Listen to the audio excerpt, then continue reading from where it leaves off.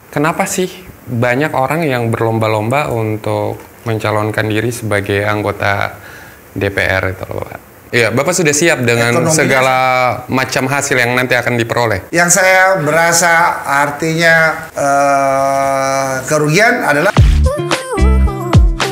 This is BNS Podcast, Sonde Asal Baomong.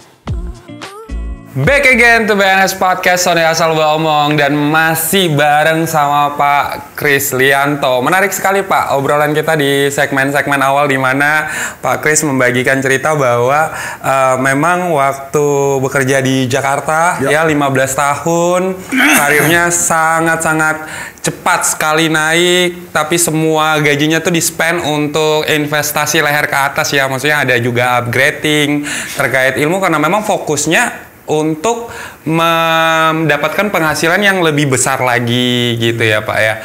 Tapi juga yang namanya lifestyle-nya juga mengikuti sesuai dengan position gitu Pak. Akhirnya Bapak tersadarkan untuk kapan mulai berhenti, dalam artian tidak dapat 5 juta, habis 5 juta, dapat 15 juta, habis 15 juta. Itu semenjak kapan ada pemikiran akhirnya saya mau ada saving sedikit? ya ketika mau menikah. Oh, pas mau menikah baru kepikiran? Bukan kepikiran, tapi diminta sama istri. Diminta sama? Waktu itu mau menikah, duit ada. Saya fokus ke habiskan di pesta yang besar-besaran. Oke. Jadi mau aja menikah, nah istri nggak mau. Yeah. Bahkan saya ngajak istri, kita jalan-jalan ke Singapura, ke luar negeri gitu, dia nggak mau. Dia mau menikah harus ada rumah dulu. Ya udah, mau nggak mau kumpul duit beli rumah kan mahal. Yeah. Ya apa boleh buat. Nggak mau nikah kalau nggak punya rumah sendiri. Padahal saya pikir ya ada sewa aja dulu. Itu adalah syarat yang diberikan sama istri ya. Akhirnya ikutin deh, harus beli rumah dulu. Ya ketika mau beli rumah itu baru sadar bahwa ternyata perlu kumpul duit untuk bisa beli rumah. Nah, itu di usia berapa tuh Pak? 31 itu ya? Baru mulai untuk kumpul duit untuk mau beli rumah. Oke, terkumpul sampai berapa lama tuh Pak? Setahun lah. Setahun. Tapi kredit. Setahun. Oh, kredit. Saya pikir cash Pak langsung setahun, itu lumayan cepet juga ya. Nggak aja buat uang muka. Tapi zaman dulu mau beli rumah itu syarat untuk uang mukanya itu bisa 30-40%. Iya. Iya. Jadi kalau beli kayak rumah misalnya rumah saya itu sekarang itu kan mungkin 2 miliar ya. Iya. Kalau itu ya harus 30% ya berapa? Ya sekitar 600-an juta. Iya, 600 juta. Untuk sekarang, tapi untuk dulu sekarang hanya 80-an juta. Gitu. Betul. Kan dulu nggak ada DP 0% gitu kan. Jadi emang harus tetap 30-40% tetap harus bayar. Dan persyaratannya luar biasa. Iya. Harus agak gajinya. Jadi kalau kita waktu itu bayar uang cicilnya misalnya 500.000, maka gajinya harus 3-4 juta. Baru bisa. Iya. Ya, minimal 20% dari gaji itulah yang bisa dipakai untuk cicil rumah. Iya, berarti slip gajinya masih lah sama kayak sekarang ya persyaratannya. Cuman mungkin kalau sekarang, untuk approvalnya lebih agak susah. Sekarang beda, kalau kamu punya gaji misalnya 10 juta, bayar cicil rumah 5 juta sampai 7 juta pun mereka berani kasih. Itu yang membuat kadang-kadang jadi macet. Iya. Akhirnya dulu kamu punya gaji 10 juta, hanya bisa bayar cicilan rumah tuh yang sekitar 2 juta sampai 2,5 juta. Oke, dan akhirnya dapat bisa beli rumah. Ya, terus langsung cicil kredit. Ya kredit. Tapi nanti langsung cepat lunas juga kan, Pak? Iya, dia kasih kredit dulu kan 15 tahun, saya baru 5 tahun udah lunas. Oh, jadi ambil kreditnya 15 tahun tapi 5 tahun sudah lunas. Orang kaya beda, Pak. Enggak, karena waktu itu saya belum kaya. Iya. Waktu beli rumah belum kaya, tapi setelah itu kan saya fokus untuk bekerja keras meningkatkan penghasilan saya. Iya. Nah ketika setelah 5 tahun kan penghasilannya udah naik besar ya, udah melebihi standar yang waktu dia patokan untuk bayar cicil rumah ya. Saya udah 5 tahun, udah 8 tahun. Karena 5-8 tahun ya. Pas saya kredit rumah itu tahun 90, setelah 8 tahun kan 98 krisis. Iya. Krisis itu kan tingkat suku bunga naik semua. Rumah kredit juga mau dinaik-naikin semua. Saya bilang, enggak, saya lunasin. Oke, jadi sebenarnya alurnya itu Bapak di Jakarta, terus berencana nikah itu nikahnya di Jakarta, baru akhirnya balik lagi ke Kupang, Ya, setelah gitu. punya anak 2 pulang. Berarti memang sudah lunas dulu rumahnya? Oh belum, waktu di Kupang masih belum lunas. Belum Karena lunas. saya pulang Kupang tahun 95, terus 98 krisis ekonomi ya saya lunasin. Iya. Ini rumahnya tuh di Kupang atau di Jakarta, Pak? Jakarta. Di Jakarta. Sampai sekarang masih ada. Oh, masih di Jakarta.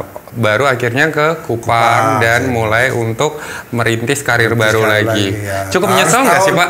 Tahun 2000 saya bangun rumah yang fenomenal itu. Rumah Barbie. Rumah Barbie. Oh, Iya betul. Di mana-mana orang kenal aja itu rumah Barbie gitu. tahun 2000 itu, wah saya juga kaget waktu saya mau bangun rumah. Saya nggak terpikirkan bahwa ini rumah bisa jadi landmark, bisa jadi sebegitunya. Iya, karena warnanya pink waktu itu. Selain Sampai pink kan sekarang ya. pada waktu itu kan orang semua bangun rumah cat putih-putih polos, tidak ada variasi macam-macam. Saya bikin itu setiap hari waktu lagi proses pembangunan, setiap hari malam saya duduk lihat, oh saya ingat bikin begini lagi. Ternyata setelah itu tiap hari pun banyak orang datang lihat-lihat itu rumah. Dan memang dia punya posisi juga cukup strategis, jadi Iya, pada waktu itu. Iya, agak mencolok gitu ya untuk dilihat. Nah, di Kupang tahun berapa? Saya sebenarnya besarnya di Kupang, cuma memang suka Waktu tahun 2000 sudah di sini. Waktu saya kan saya SMP 5 Pak waktu itu. Oh, SMP 5. tahun Jadi rumah 2000 Barbie itu sudah tahu. Tapi baru tahu kalau ternyata itu adalah yang punya yang lagi duduk di samping saya ini gitu, Pak. Iya. Nah, Pak, itu berarti keputusan untuk balik ke Kupang itu menurut Bapak adalah keputusan tepat waktu itu. Iya, karena saya juga di Jakarta itu memang senang melihat kemajuan itu ya. Tapi satu hal yang saya tidak suka di Jakarta itu kita tidak punya waktu. Oke. Sementara kalau di Kupang ini enaknya itu bisa punya waktu. Oke. Di sana kan saya udah terbiasa keluar dari rumah itu jam 7 pagi, pulang sampai rumah jam 7 malam paling cepat, kadang-kadang jam 8 kan capek, nggak bisa menikmati. Benar. Hidup tuh. Nah, tapi kalau di Kupang kan santai, karena kemana-mana. Tapi kan lumayan penghasilannya Pak waktu itu, tidak nyesel Pak? Di mana? Di Jakarta. Ya tapi kan cuman bekerja, Iya. Cuma bekerja. Karena tapi setelah saya pulang Kupang saya lihat, waduh di Kupang ini kita di Jakarta yang punya ilmu, punya pengetahuan, punya kapasitas seperti ini, di Jakarta itu banyak orang seperti kita harus bersaing. Datang ke Kupang, nggak perlu bersaing, nggak ada persaingan ini. Iya. Kita mau kerja apa aja pasti bisa sih, karena kompetensi atau keahlian, kapasitas, kemampuannya ada. Betul. Nah, tinggal dapat modal sedikit mulai bisa. Iya. Akhirnya berkarir sebagai yang tadi yang Bapak ngomong pertama itu Ya, kan di konsultan dulu. Iya, konsultan dulu. Saya dagang macam-macam. Iya, pokoknya apapun dikerjain yang penting Kerja, halal, bisa dapat duit, gas aja ya Pak ya. Akhirnya kenapa kok bisa sampai membangun Krista Jaya itu ceritanya kayak gimana Pak? Buka bank itu karena waktu saya menjadi konsultan itu kayaknya punya waktu krisis tahun 98 tuh saya ekspansi usaha saya sampai mendapatkan proyek dari Bank Dunia. Jadi itu memang proyek kelas nasional yang di NTT orang belum ada saingannya. Saya yang belajar bagaimana caranya saya bisa dapat proyek manajemen pada waktu itu dan nilainya besar. Akhirnya punya karyawan banyak, hampir 200-an orang, dan kebanyakan karyawan harus dikasih motor, dikasih mobil. Nah itu terlalu banyak, itu menjaga maintenance-nya susah. Akhirnya saya kasih aja nih mobil, you anggap nih you punya, you sewa tapi you rawat. Jadi kalau habis selesai proyek you bisa jadi miliknya itu. Nah, mereka senang. Akhirnya mereka rawat. Itu akhirnya puluhan orang karyawan saya kasih motor, saya kasih mobil. Tujuannya untuk dalam rangka mereka kerja itu supaya mereka dapat penghasilan tambahan. Oke. Tapi karena dia bisa kredit itu, dia cerita ke teman-temannya, saudara-saudaranya. Karena teman-temannya bingung, kok bisa ya udah bisa punya motor, bisa punya mobil. Iya. Kalau saya pinjam, mereka ngomong ke saya, Pak boleh nggak saudara saya ada butuh mobil begini, mau kredit juga ya, boleh lah saya kasih. Oh jadi awalnya memang dikasih dulu ke orang karyawannya ya. Kredit ke karyawan. Karyawan dia minta ke saudaranya, ke temannya. Lama-lama wah ribuan orang tuh membutuhkan seperti itu. Karena pada waktu tahun 98 itu nggak gampang orang mau kredit motor, nggak ada orang kasih kredit motor, kredit mobil tuh susah sekali. Iya, makanya persyaratannya susah. Makanya akhirnya sekarang jadilah BPR Krista Jaya dan Bapak adalah komisaris utamanya gitu. Jadi memang semua kayaknya rencana Tuhan ya Pak ya berjalan ya. Sehebat-hebatnya kita, sejauh-jauhnya kita kalau tidak diizinkan oleh Tuhan kan ya nggak mungkin. Iya. Dan saya kira Tuhan itu maha pengasih, maha adil. Tidak mungkin beliau mau membuat hambanya hidup susah, padahal sudah bekerja keras kan. Iya, Bapak ini kan kalau bicara penghasilan gitu, aset itu kan sudah lumayan toh Pak. Iya kan, apalagi Bapak ini kan adalah seorang komisaris utama dari BPR Krista Jaya. Itu kalau ngomong masalah digit angka itu pasti banyak banget tuh, pusing kalau dihitung-hitung gitu, karena nilai asetnya juga pasti udah besar Pak gitu. Terus keputusan Bapak jadi atau terjun ke dunia politik dan sekarang mencalonkan diri sebagai calon legislatif DPR RI gitu, emang Bapak tahu berapa gaji anggota dewan Pak, khususnya DPR RI? Persis saya nggak tahu. Cuma saya pernah nonton videonya artis apa itu ya, Krisdayanti, bahwa gaji pokoknya 16 juta, terus tunjangan 51 juta, itulah resminya 81 juta ya, kurang lebih seperti itu. Jadi Bapak tergiur dengan angka itu? Anda penghasilan saya jauh lebih besar, tapi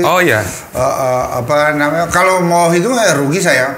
Ya itulah Pak, kenapa akhirnya mau gitu loh Pak. Nah, memang karena saya terinspirasi juga apa yang dikatakan oleh Ahok, dan juga kemarin saya melihat menteri kita Pak Bahlil itu, dia akan menjadi salah satu tim pemenangannya calon presiden Pak Prabowo. Beliau mengatakan bahwa Pak Prabowo ini sudah selesai dengan dirinya.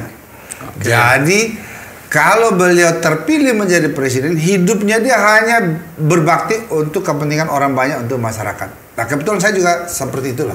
Oke, berarti Bapak sudah selesai dengan diri saya juga Bapak gitu sudah selesai dengan diri saya.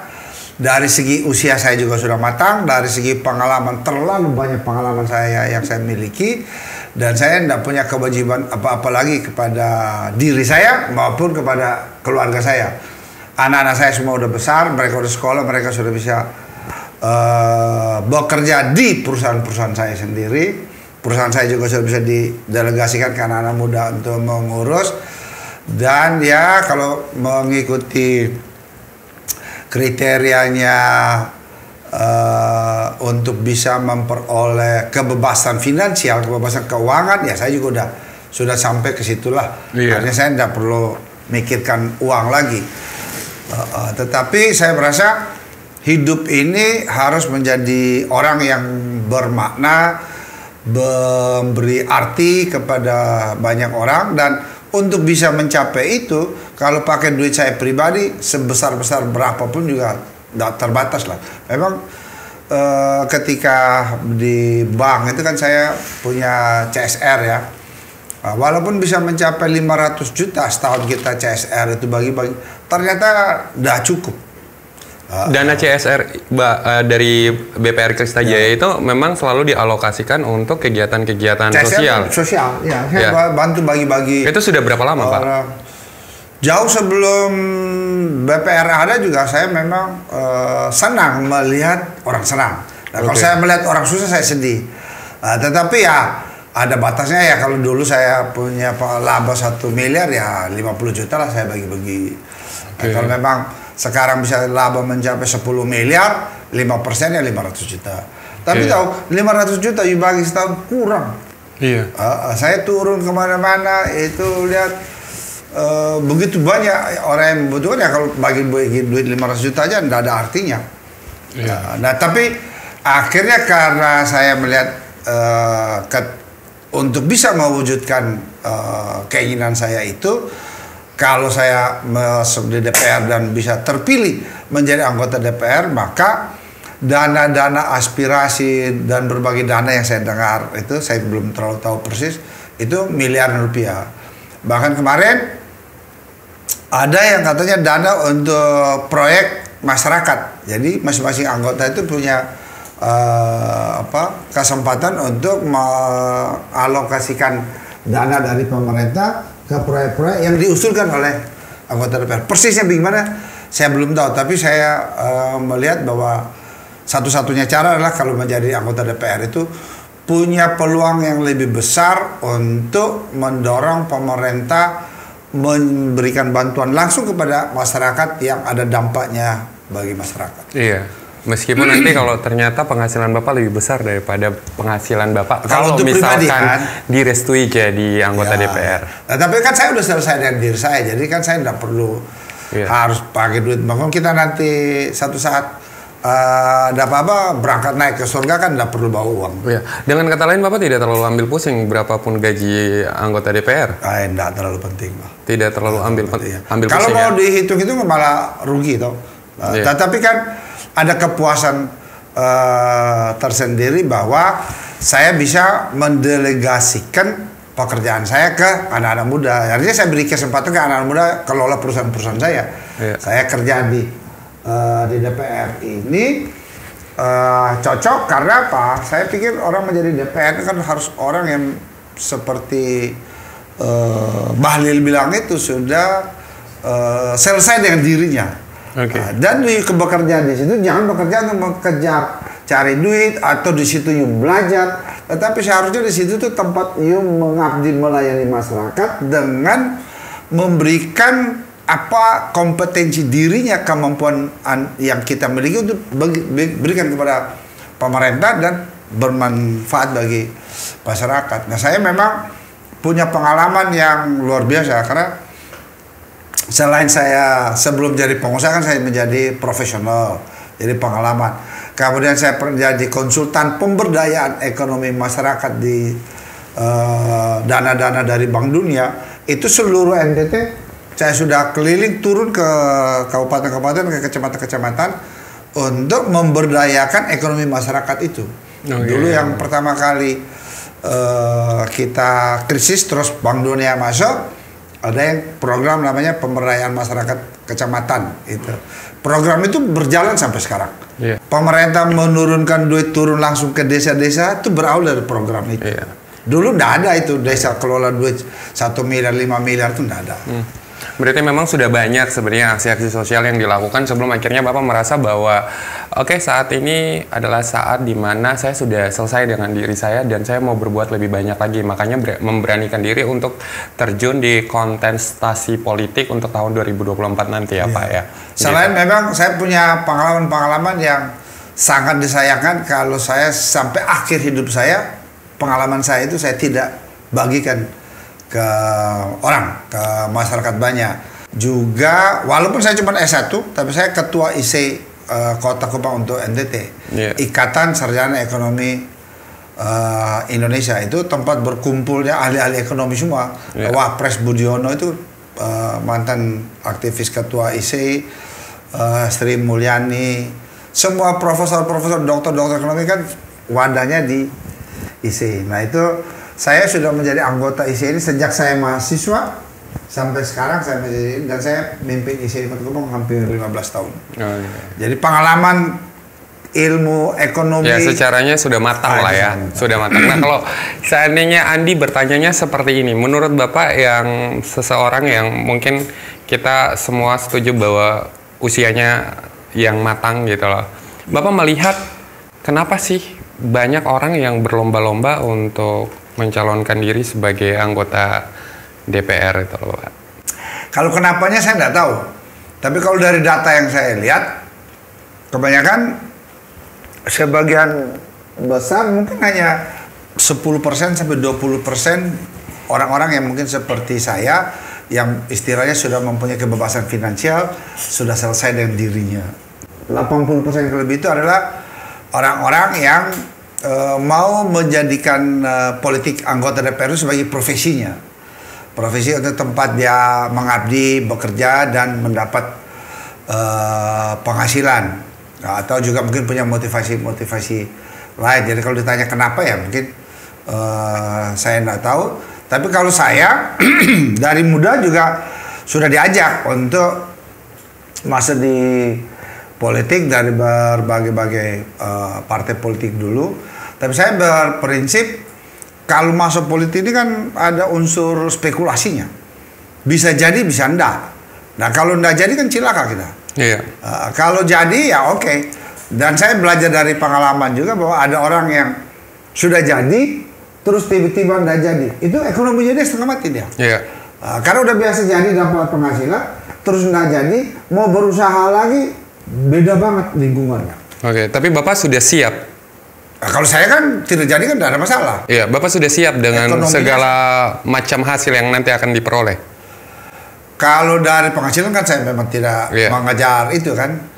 Jadi saya tidak ada masalah. Kalau jadi ya berarti Tuhan merestui saya untuk mengabdi lebih banyak untuk kepentingan masyarakat dengan kompetensi, kapasitas, keahlian, kemampuan yang saya miliki. Kalau saya tidak punya keahlian, kemampuan juga mungkin malu juga lah. Jadi DPR nanti dibilangin cuma datang duduk diam dengar dan sebagainya. Kita ngobrol soal lagi-lagi terkait keputusan Bapak masuk ke dalam dunia politik ini. Gitu. Bapak ini kan sebenarnya kalau mau dibilang berarti pendatang baru di dunia politik dong. Setuju kan Pak? Berarti Bapak bukanlah incumbent yang istilahnya sementara lagi menjabat saat ini.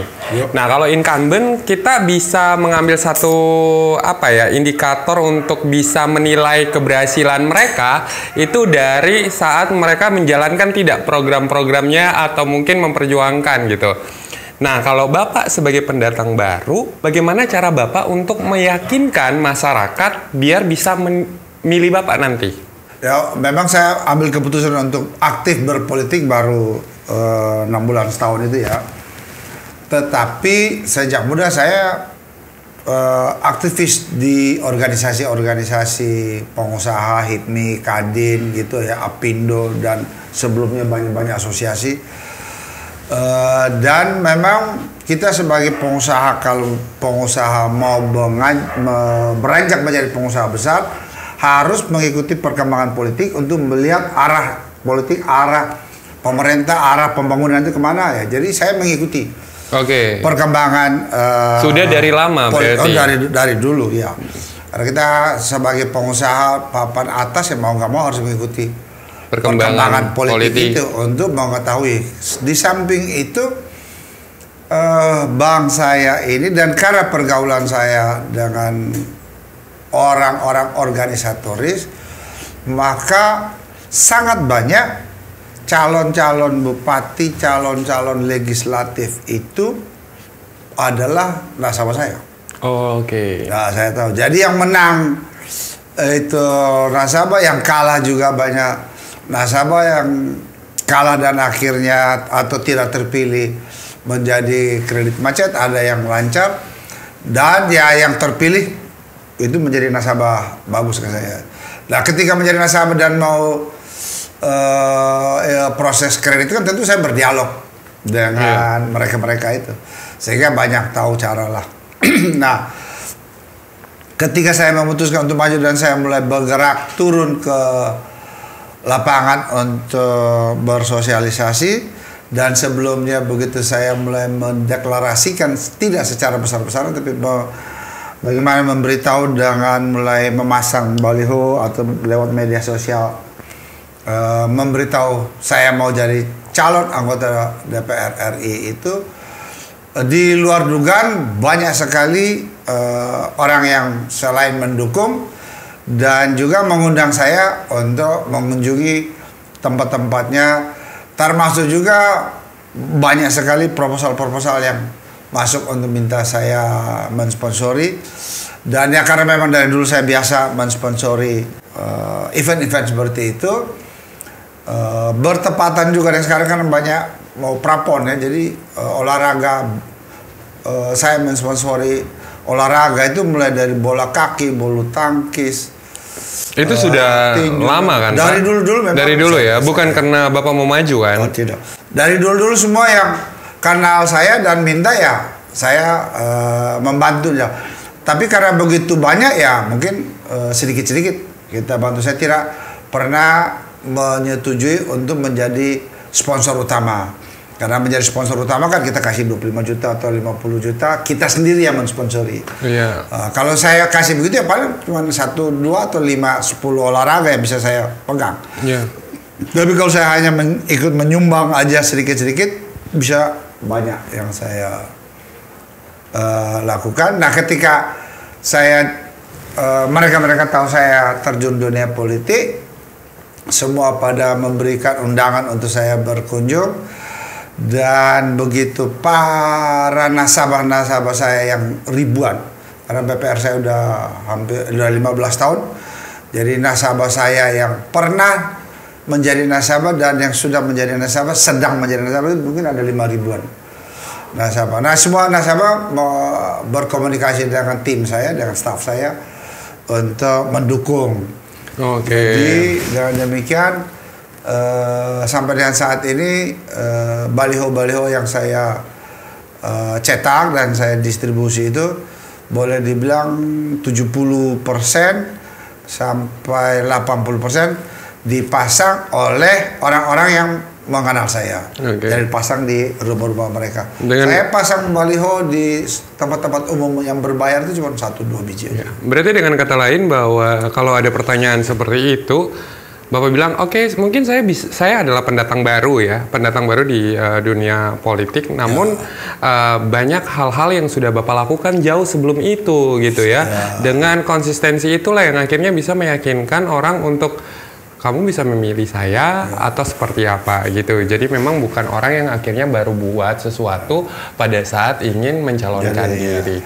Kurang lebih seperti itu ya, Pak. Bahwa meyakinkan mereka mau pilih saya tidak meyakinkan itu, tetapi dengan mereka mengundang saya dan mereka bilang senang bisa ketemu saya dan siap mendukung begitu ya, saya percaya aja. Gitu. Percaya aja ya. Percaya aja dan kalau misalkan nanti mereka tidak pilih juga tidak masalah. Apa-apalah. Iya, tidak masalah ya Pak ya. Tidak masalah. Oke, kreditnya masih tetap dikasih nanti. Oh tetap, karena kredit itu kan bisnis. Banyak kalau pengajuan gitu ya. Oh, oke. Kalau kredit kan bisnis itu. Iya, masih ya tuh. Terus kalau masalah kemudian satu lagi, berapa tuh Pak? Saya tuh 15 tahun menjadi ketua koperasi talenta milik Gemit. Oke. Itu apa namanya, anggota koperasinya tuh yang saya tahu yang puluhan ribu. Sampai sekarang kayaknya masih puluhan ribu juga anggota koperasi. Nah, sebagian besar pernah tahu saya. Nah, saya baru berhenti menjadi ketua koperasi ini karena saya udah pikir sudah saatnya saya keluar untuk kasih anak-anak muda yang umur berapa 3-4 tahun yang lalu ya. Jadi sejak 15 tahun yang lalu udah banyak orang mengenal saya karena mereka adalah anggota koperasi saya. Dan saya ingat saya menandatangani buku koperasi itu puluhan ribu. Buku itu kan dibagi ke mereka-mereka yang menjadi anggota itu kan. Semoga mereka milih ya Pak ya. Kalau mereka tahu mungkin mereka milih. Ya, amin. Dan rasanya karena saya juga kaget ketika saya banyak turun ke lapangan. Saya pikir ini daerah baru yang belum tentu ada orang mengenal saya. Tetapi rata-rata 5% sampai 10% orang yang saya ketemu mereka udah pernah tahu saya.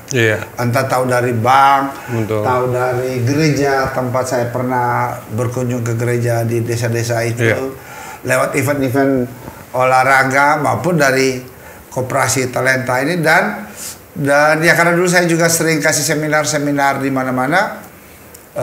Ada orang yang dulu dibilang, oh Pak, saya dulu Bapak ajarin saya berbisnis gini. Ya, jadi dia udah tahu saya. Oke. Pak, kita juga mau tahu nih Pak, sebenarnya kan kita tahu bahwa selalu ada ya kos politik dalam kontestasi politik kita dewasa ini. Nah, boleh dibocorin nggak sih Pak? Ya, sumber dari kos politik Bapak itu sebagian besar dari mana? Apakah dari pribadi atau mungkin sumbangan-sumbangan dari simpatisan? Meskipun tadi Bapak sudah bilang bahwa Bapak secara finansial udah freedom gitu loh. Ya, apakah semua itu bersumber dari? Semua dari pribadi saya. Uang pribadi saya. Ya. Yang besar itu kan memang cetak-cetak baliho itu ya. Itu memang dari pribadi. Di luar anggaran saya yang memang setiap tahun saya cadangkan untuk CSR itu sumbang-sumbang bantu-bantu orang itu kan memang sudah ada dananya, dan memang pada waktu COVID kemarin itu ada yang dana-dana CSR yang belum sempat saya bagikan karena COVID kan. Iya. Jadi tidak bisa berkunjung, tetapi ya bantu orang yang tahu dan dia yang datang minta karena dia sakit apa kita kasih. Tapi ya tidak banyak, jadi ada yang dana-dana CSR 2021 itu 22 ya sekarang ada yang saya habiskan di 2023 ini. Iya. Ya, jadi kalau misalkan nanti ternyata takdir berbicara lain gitu Pak, jadi nggak masalah ya? Kalau misalkan nggak balik modal? Nggak masalah. Tidak masalah ya? Karena nyumbang-nyumbang. Paling yang saya berasa artinya kerugian adalah biaya cetak atribut. Oke. Karena itu tidak ada manfaatnya buat orang kan. Iya. Jadi itu kan ya biaya kos politik cuma itu. Tapi kalau saya kasih bantuan, saya berasa itu ada kepuasan bagi saya sendiri.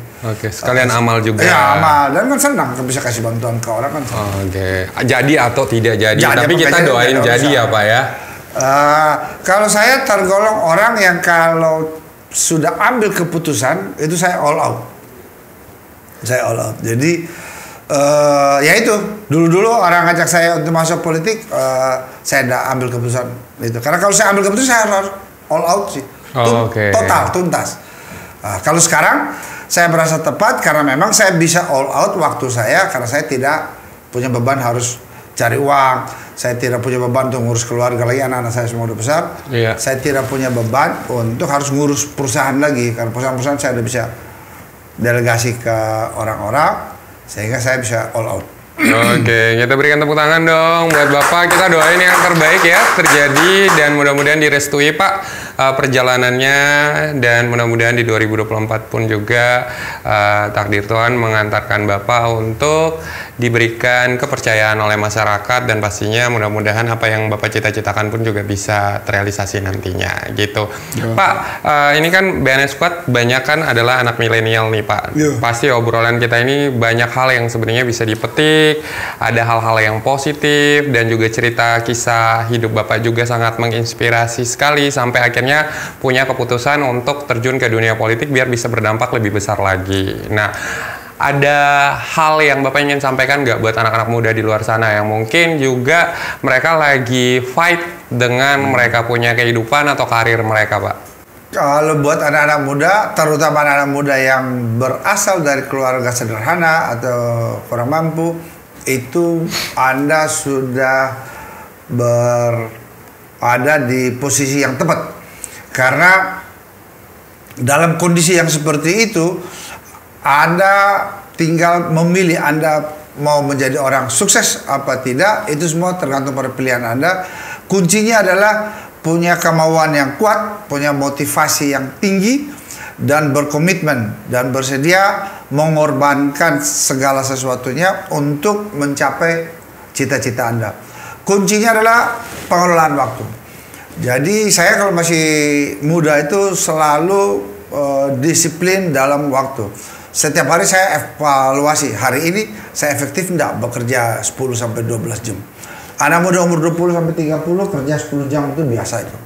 Jadi kalau setiap hari Anda belum efektif bekerja 10 jam, harus koreksi, harus cari cara. Kalau enggak bekerja ya belajar. Betul. Dan saya merasa senang aja kalau, makanya saya tadi baru saya kasih kuliah umum di mahasiswa itu di Undana. Dengan anak muda saya senang untuk memberikan inspirasi, memberikan motivasi, berkomunikasi dengan anak muda rasanya nyambung sih saya. Iya. Dan saya senang kalau mereka punya ambisi, punya semangat. Kuncinya adalah motivasi yang kuat. Iya. Mungkin itu. Itu kuncinya. Oke, kita berikan tepuk tangan buat Bapak Kris Lianto, dan thank you so much Pak karena sudah bisa hadir di sini, berbagi banyak sekali hal-hal positif dan membangkitkan semangat. Mudah-mudahan ini bermanfaat juga buat BNS Squad yang nonton sampai dengan detik saat ini. Pastikan ambil hal-hal bermanfaat dari obrolan Kandi bareng sama Pak Kris Lianto. Dan untuk kalian semua jangan lupa untuk terus dukung channel ini dengan cara pastinya like, comment, share, terus juga jangan lupa untuk subscribe karena hanya ada di Ba Omong Nonstop yang obrolannya sonde asal Ba Omong. Sampai jumpa di next episode berikutnya. Bye.